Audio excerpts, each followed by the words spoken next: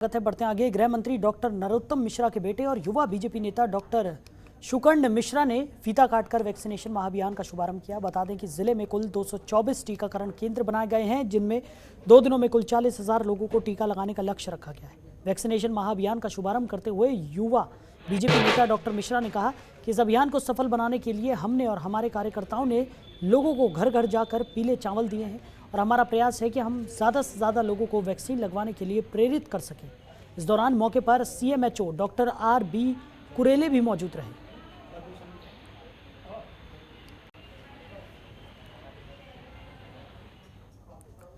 वहीं वैक्सीनेशन के महाअभियान को सफल बनाने के लिए जिला प्रशासन के अधिकारी काफी सक्रिय हैं।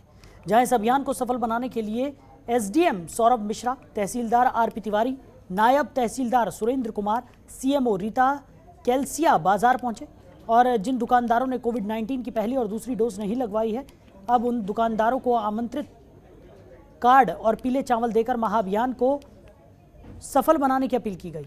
तो आपको बता दें कि 25 और 26 अगस्त को जिले में अलग अलग जगहों पर महा वैक्सीनेशन अभियान चलाया जा रहा है और इस अभियान के तहत वैक्सीन लगाई जा रही है, जिसको लेकर लोगों को जागरूक भी किया जा रहा है।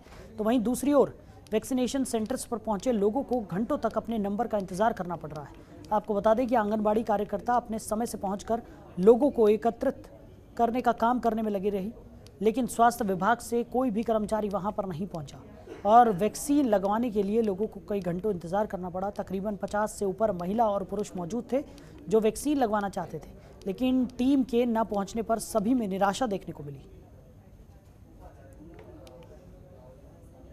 राष्ट्रीय स्तर पर हमारे पूरे प्रदेश में महाअभियान कोरोना टीकाकरण का होने वाला है।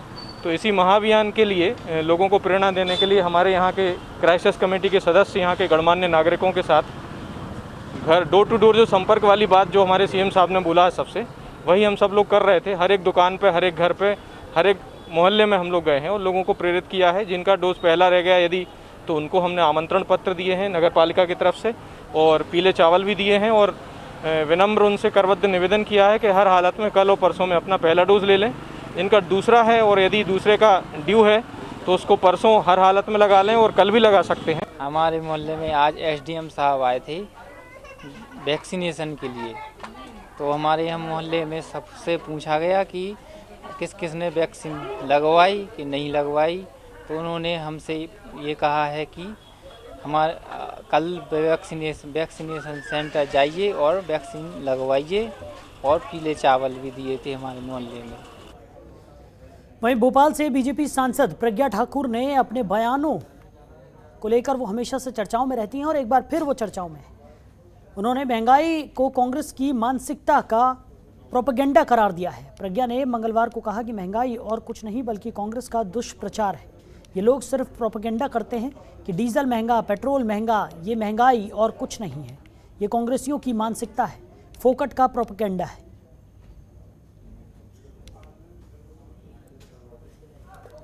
इसके अलावा जो ये लोग एक प्रोपेगेंडा करते हैं कि डीजल महंगा, पेट्रोल महंगा, ये महंगाई कुछ और नहीं है, ये कांग्रेसियों की मानसिकता है और फोकट का वहीं भोपाल मिनाल रेजिडेंसी पूर्व मुख्यमंत्री कमलनाथ पहुंचे, जहां मिर्ची बाबा की ओर से आयोजित कार्यक्रम में उन्होंने हिस्सा लिया और मिर्ची बाबा की तरफ से 1 लाख फूलों से किए जा रहे शिव पूजन में भी कमलनाथ शामिल हुए।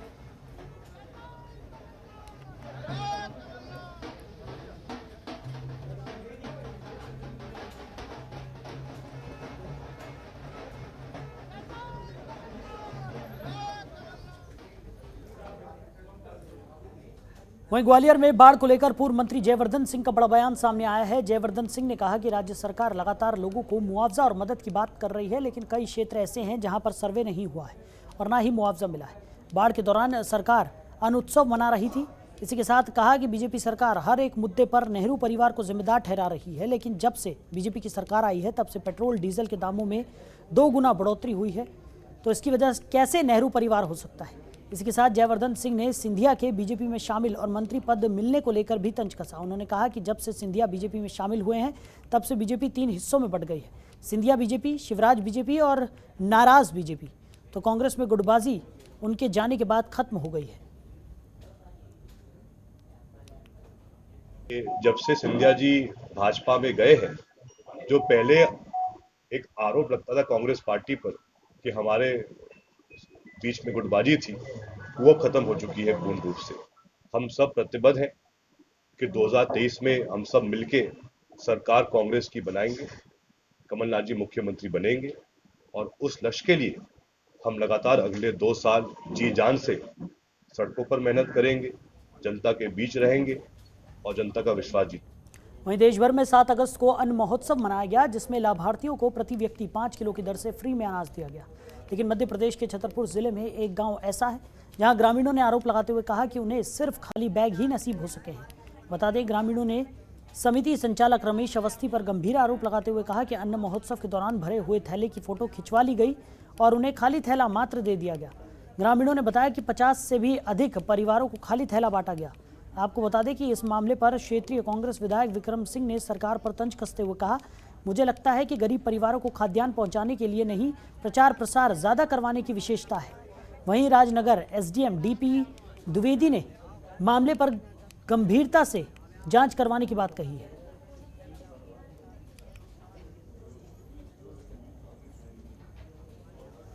सरकार और भारत सरकार की जो मंशा है वो मेरे को लगता है गरीब जनता को खाना और खाद्यान्न पहुंचाने की नहीं, प्रचार प्रसार के लिए अच्छे बड़े बड़े थैले बनवा करके उसका प्रचार प्रसार ज़्यादा करवाने की।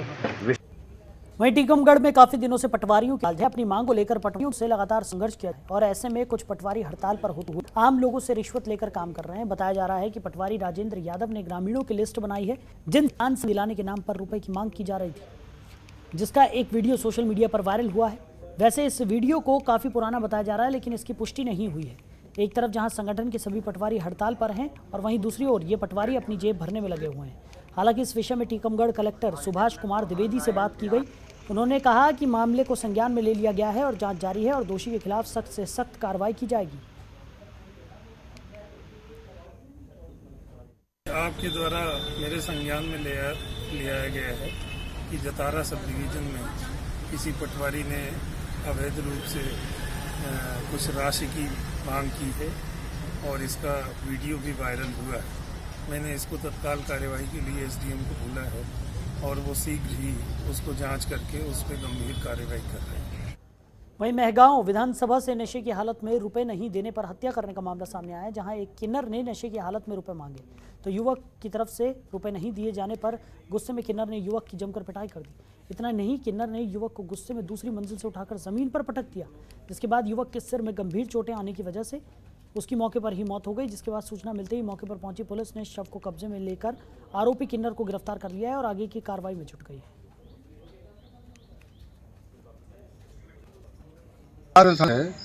यहाँ से 2 मीटर हाईवे पे पेट्रोल पंप थोड़े पास गेट है, वहाँ पे हैं मुकेश पारासर, ये वहाँ बात हैं।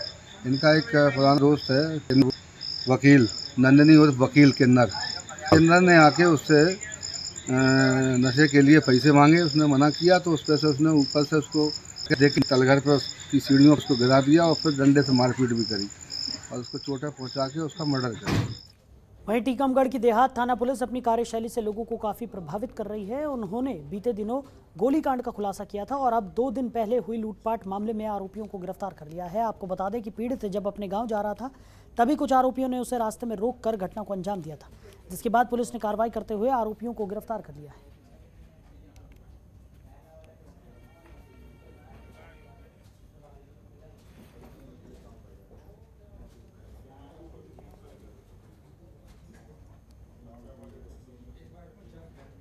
तो फिलहाल इस बुलेटिन में मेरे साथ इतना ही। आप बने रहिए और देखते रहिए जनतंत्र टीवी। नमस्कार।